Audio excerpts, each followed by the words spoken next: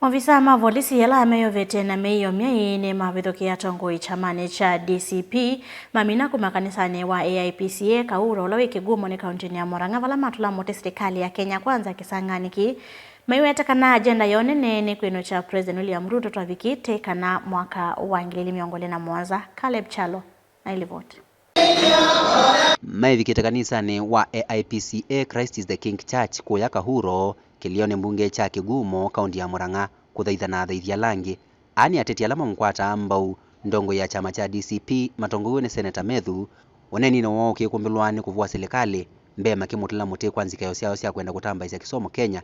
Tunataka tukuombe mahali ulipata Kenya iwachie hapo, usiturudishe nyuma tena. Ulipata masomo ikiwa ya bure, waachie hapo. Kama imekushinda wewe waachie hapo ili mambo mengine yaendelee. Ulipata kama watoto wauliwe hapa Kenya, wewe waachie hapo, wachana na watoto wa watu wengine. Tutagoja siku nyingine, Mungu atatusaidia huko mbele. Because I must say, I went round Gera Ado bottom up. Look what they up.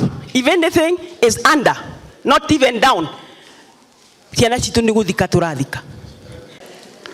Auditor General tayari amereveal ya kwamba zaidi ya bilioni 180, 183 billion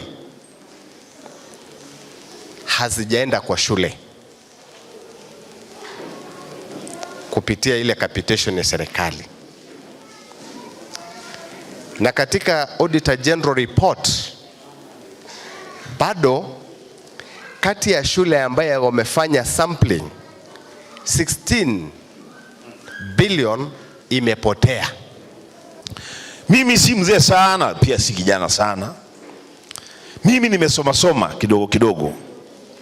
I have never seen a government that uses guns on its own children. Yani watoto, unaua watoto. The curse of these children, laana ya watoto na damu yao itawaandama until your own graves. Tuongee na mzee Raila Amolo Odinga. Tumwambie mzee, umefanya kazi nzuri sana miaka mingi hii ambapo umekuwa siasani. Lakini hii siasa ya sasa unayofanya kuunga mkono mtu anayeua watoto wetu, mtu ambaye ameamua kwamba sasa masomo ya bure yataisha, Raila Amolo Odinga baba, umeharibu your legacy. Nikavinane kalame kanisani makiuma luka itina wothaithi makomana na nguthi ya polisi vamuna mbulili na kisanga chambia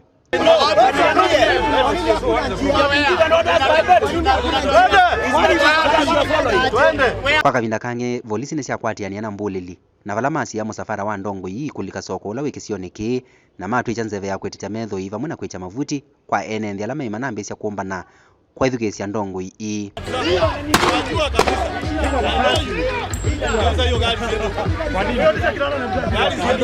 Mainene tina wakiko kindongo hii ni siatula mote maofisa ma polisi kwa kutumia isasi kumavalanya maiweta kana maofisa hata mena kielelo cha kumunya thayo na wala inge matula mote mbulili hithi kwa kwananga ngalesio. As we were joining the main road coming from the church, we were ambushed by the police.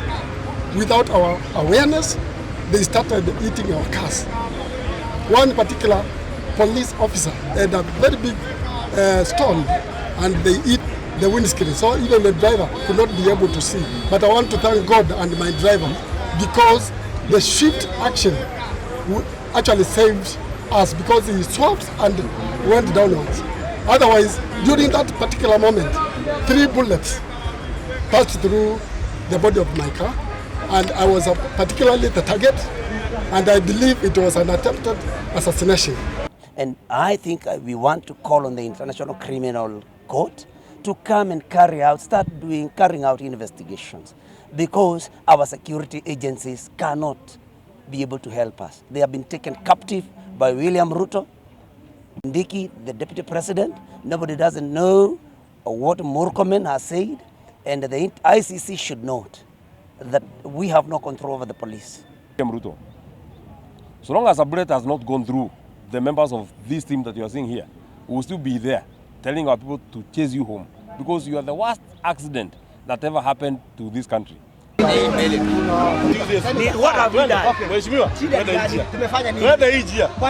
Caleb Chalo, Mutongoi TV, Thilingi wa Mauvoo.